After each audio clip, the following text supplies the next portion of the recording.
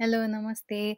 I am Dr. Nisa and I'm doing my residency in छाला कुष्ठरोग तथा यौन रोग।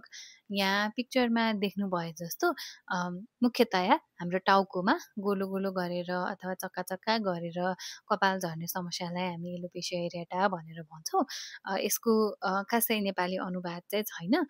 अनि मुख्यतया यसले टाउकोको कपाललाई इन्भल्भ गरे तापनि स्पेसली पुरुषहरूको हकमा यो दाह्री आउने ठाउँमा, जुङ्गा आउने ठाउँमा अनि हाम्रो आँखी भाउमा, परेलामा त्यसै गरिकन हाम्रो शरीरको डिफ्रेन्ट ठाउँहरूमा गोलो गोलो गरेर कपाल झर्न सक्दछ।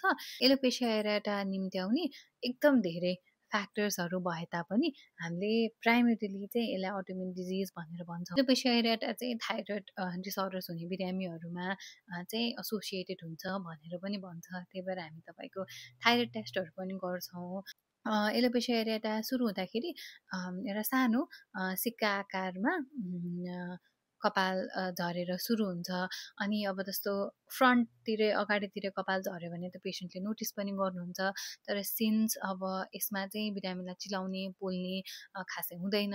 अनि त्यस कारणले अनि प्लस अब जस्तो नदेखिने ठाउँमा भयो, पछाडितिर भयो, भित्री भागमा भयो भने चाहिँ बिरामीहरूले नोटिस पनि गर्नु हुँदैन। अनि उहाँको फ्यामिली मेम्बर्सले, फ्रेन्ड्सहरूले भनेर अनि बल्ल चाहिँ बिरामी हामी कहाँ आउनुभएको हुन्छ।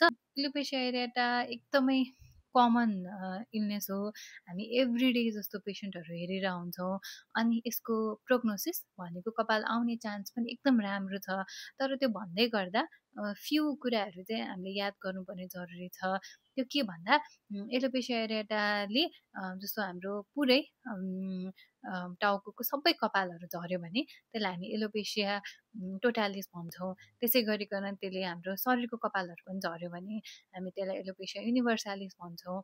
त्यस्तो केसमा जस्तो धेरै फैलिसकेको छ अथवा एकदम लामो समय भएको छ, समस्या भएको 1 वर्ष अथवा 1 वर्षभन्दा बढी भएको छ अनि बिरामीको उमेर 6 वर्ष अथवा 12 वर्षभन्दा कम छ अनि हामीले ट्रिट गर्दा गर्दै पनि नयाँ नयाँ ठाउँहरूमा एकदम ऱ्यापिडली छिट्टो समयमा चाहिँ कपाल झरिरहेको छ भने चाहिँ कपाल आउने चान्सेसहरू अलिक कम हुन्छ। त्यस कारणले पनि एकदम टाइममा एलोपेसिया एरेटा चाहिँ छाला रोग विशेषज्ञ कहाँ गएर पत्ता लाउनुपर्ने अनि उपचार गर्नुपर्ने इज भेरी इम्पोर्टेन्ट। अनि उपचारको हकमा लाउने मलमदेखि लिएर त्यसै गरिकन सानो इन्जेक्सन तपाईँको कपाल झरेको ठाउँमा इन्जेक्सन्सहरू लाउनेदेखि लिएर अनि धेरै फैलेको छ भने चाहिँ खाने औषधिहरू पनि दिनुपर्ने हुन्छ। So if you have any one around you अथवा हजुर आफैलाई if you have alopecia areata छ भने नजिकको छाला रोग विशेषज्ञलाई भेट्नुहोस् है। Thank you.